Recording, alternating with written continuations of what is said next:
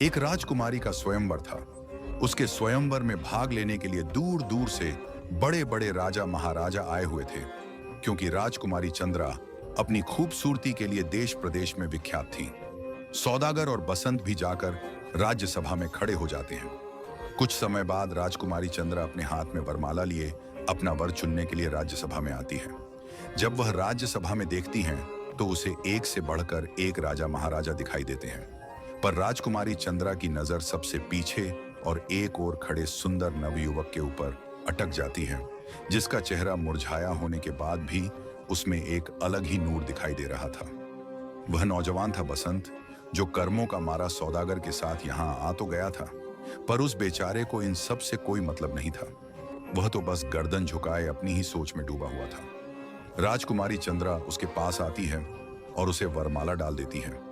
यह देख सभा में उपस्थित सभी राजा महाराजा हैरान हो जाते हैं। सौदागर को तो जैसे सांप सा सूंघ जाता है। सोचता है, क्या हो गया, इस कंगाल को अपने साथ यहां लेकर ही नहीं आना था। बसंत, हे राजकुमारी, तुम राजा की लड़की हो, मैं तुम्हारे लायक नहीं हूं। मैं तो एक कर्महीन दुखियारा हूं। देखो तो, सभा में एक से बढ़कर एक राजा महाराजा आए हुए हैं। तुम उनमें से अपने योग्य वर चुनो। राजकुमारी, मैं आपके योग्य नहीं हूं। राजकुमारी चंद्रा, नहीं नहीं स्वामी, मैं एक पतिव्रता स्त्री हूं और मैंने आपको देखते ही अपना पति मान लिया था। पतिव्रता स्त्री एक बार जिसे अपना पति मान लेती है, फिर उसके सिवाय किसी दूसरे के बारे में सोचना भी पाप समझती है। अब आप ही मेरे पति परमेश्वर हों। बसंत, हे राजकुमारी, मैं बहुत ही गरीब आदमी हूं, जिसके पास रहने के लिए अपना खुद का घर तक नहीं है। मैं तो सौदागर के पास एक छोटा सा नौकर हूं। राजकुमारी, स्वामी, मुझे अब आपकी धन दौलत या गरीबी से कोई फर्क नहीं पड़ता। अब आप जैसे भी हो मेरे पति हो। जिस हाल में आप रहोगे मैं भी रह लूंगी। जो आप खाओगे वह मैं भी खा लूंगी। अंततः राजकुमारी चंद्रा के हठ के आगे आखिरकार मजबूर हो बसंत को भी झुकना ही पड़ता है। राजा, हे मूर्ख लड़की, ये तूने क्या कर दिया?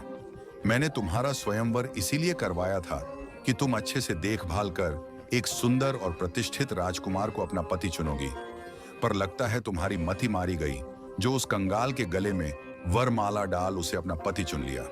राजकुमारी चंद्रा, पिताजी, अब वह जैसे भी हैं मेरे पति हैं, आप उनकी तौहीन मत कीजिए। राजा, ठीक है, अगर तुम्हारा यही फैसला है तो मैं तुम्हें अपने धन में से एक फूटी कौड़ी भी नहीं दूंगा। देखूं तो तुम इस कंगाल के साथ कैसे रह पाती हो। पर राजकुमारी के ऊपर अपने पिता की बातों का कोई असर नहीं हुआ। वह अपने माता पिता और परिवार को त्याग कर बसंत के साथ चल देती है। अगर आपको यह कहानी पसंद आती है तो मैं जल्द ही इसके आगे का भाग लाऊंगा। तो आगे की कहानी देखने के लिए चैनल को सब्सक्राइब कर दीजिए।